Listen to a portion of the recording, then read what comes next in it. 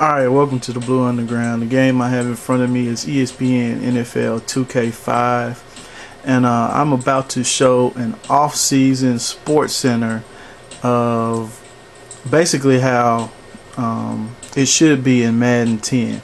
You're going to have Trey Wingo and Mel Kiper basically break down the off-season and go through upcoming draft prospects, player retirements, things of that nature. Is actually really in depth. I'll just let you watch, and then we'll go with some discussion after that.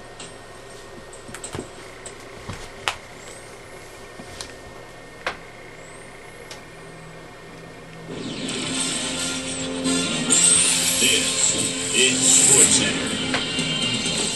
Welcome everyone to a special NFL off-season report here on ESPN.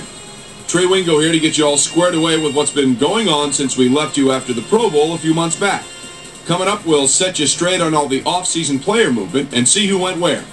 Then later, we'll call on ESPN's NFL draft expert Mel Kiper Jr. to get the lowdown on the upcoming NFL Combine and, of course, to get his opinions on the upcoming draft in April. But first, let's kick things off here by taking a look at the guys in the last few months that have decided to call it a career in the NFL.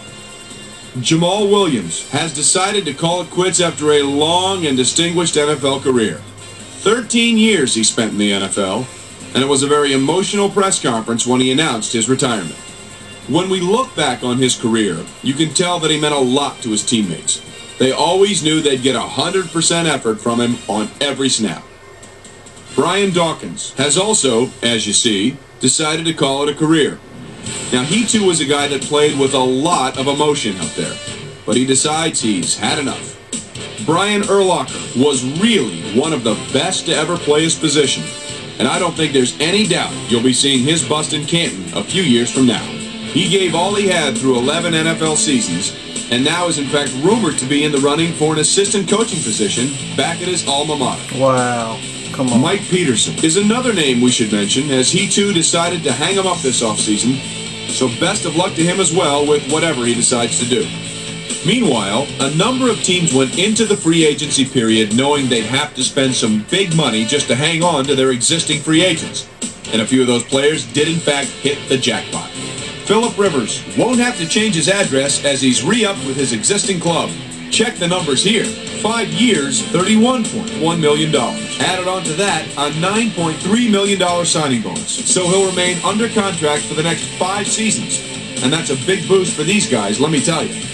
Ray Lewis will also be staying at his old address for a while as he's locked up for the next 6 seasons. This guy stays right where he is, 6 years, $41.5 million, plus a $4.1 million signing bonus. John Abraham agrees to an extension with his old club, as he'll stick around for at least the next 5 years. And now, Mr. Mel Kiper. Well, Trey, we're going to break down a few players that I think are really going to open some eyes when the Combine kicks off. Player is a guy that obviously most people feel is going to have a super career ahead of him. 6'3", 235, out of Oklahoma. And this is a guy that could really address some concerns with a good performance at the Combine. Now, obviously, that's not his should picture, be in the mix but, regardless because of his great performance his final year in college. Player is also a guy to keep an eye on. His numbers from the Combine will tell a lot, but he looks to be the kind of guy that's going to draw a lot of interest come draft day. And then, after the top picks are gone, people are always asking about the guys I think are the sleepers in the draft. And I really believe that there are going to be some quality prospects out there that, for one reason or another, are going to fall to the later round. Rowe should still be there later on in the draft. And I think, bottom line, this kid's a heck of a football player. He might not make an immediate impact, but down the line, he could really pan out. Bennett is another guy I look at. Maybe didn't have the greatest senior season ever, but if you're going to roll the dice on a guy, he could turn out to be a good bargain. So there's just a handful of guys that bear watching over the coming weeks. I'll be back with more as draft day approaches.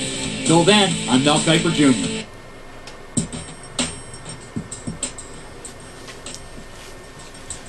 Okay, there you have it, folks. If you're still with me after 4 minutes, that was what you call in-depth. Not only going over re-signings, but actual numbers of contracts. These are just the small details that if you put into a game, that's why people call one of the greatest football games ever. I'm going to do another one probably at the end of the NFL draft that's going to show the breakdown after the draft that Mel Kiper does. Peace.